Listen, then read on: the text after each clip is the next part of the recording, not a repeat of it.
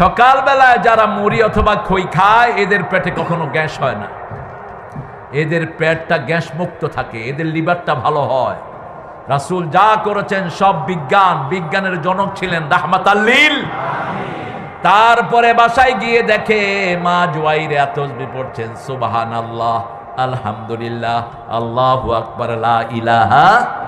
রাসূল বলছেন, ও জুয়াইরিয়া কি পড়ছো? কি পড়বো ইয়া রাসূলুল্লাহ? আমার আল্লাহর জান্নাত আমি বাগান দিয়ে ভরে দিচ্ছি, বাগান দিয়ে ভরে দিচ্ছি। জান্নাত একটা জায়গা যেখানে কোনো গাছগাছালি, এখান থেকে ভরতে হবে আপনাদের। রাসূল বললেন সাল্লাল্লাহু, একটা দোয়া আমার সাথে পড়ো, কিয়ামত পর্যন্ত সওয়াব উঠে যাবে।